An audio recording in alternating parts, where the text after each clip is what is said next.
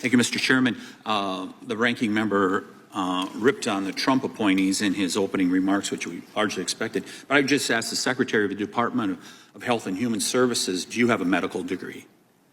I do not. You do not have a medical degree. Are you familiar with the Florida grand jury presentment that they did about a year and a half ago in 2023 in regards to unaccompanied alien children? I'm somewhat familiar with it. I was briefed on it on many occasions. Are you familiar that in that report, it revealed that children were pimped out by their aunt, which it turns out the aunt wasn't even related to the child, the so-called aunt? Are you familiar with that story that was in there?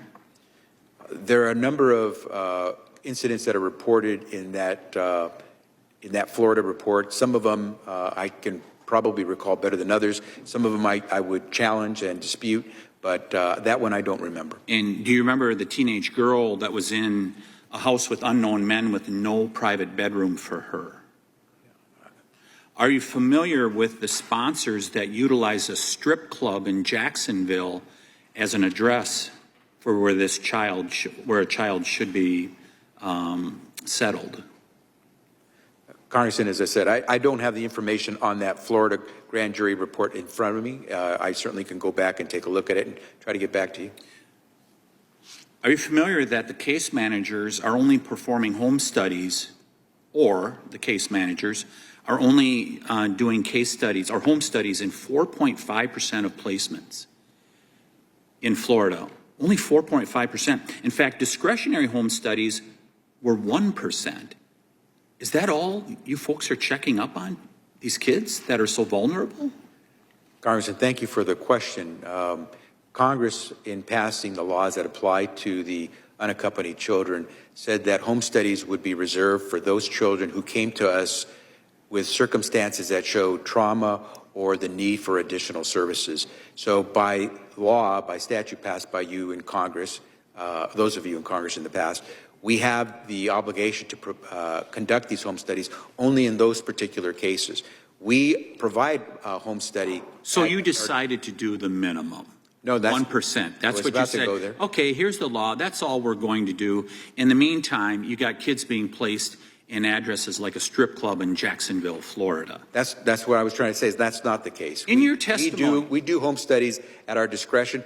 Most of the time, we have to we have to wait till we have the funding. No, we have the funding to do those discretionary home studies, but we've expanded them, and that's why the foundational rule has become so important. In your testimony, you said you coordinate with the states and local municipalities to make sure that you're working with them.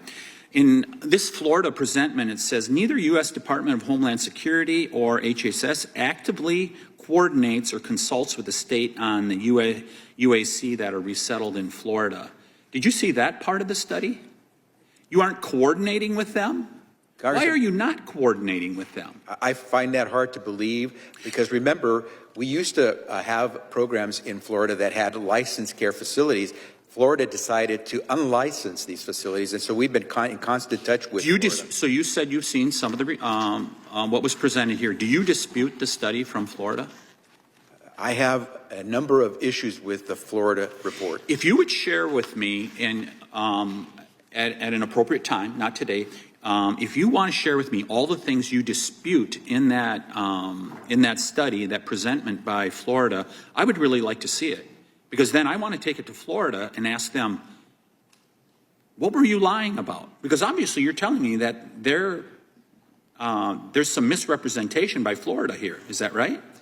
Well, one thing you could really help us with is checking with Florida to find out why they decided to not allow licensed caregivers be part of our program. All the kids that we place in care, we try to place in licensed care. Do you believe you're in charge of an assembly line, as the chairman alluded to? If I could just conclude, but the important thing about Florida is Florida took affirmative action to unlicense centers. I'll wait for your answer in regards to Florida offline here. That'll be just fine.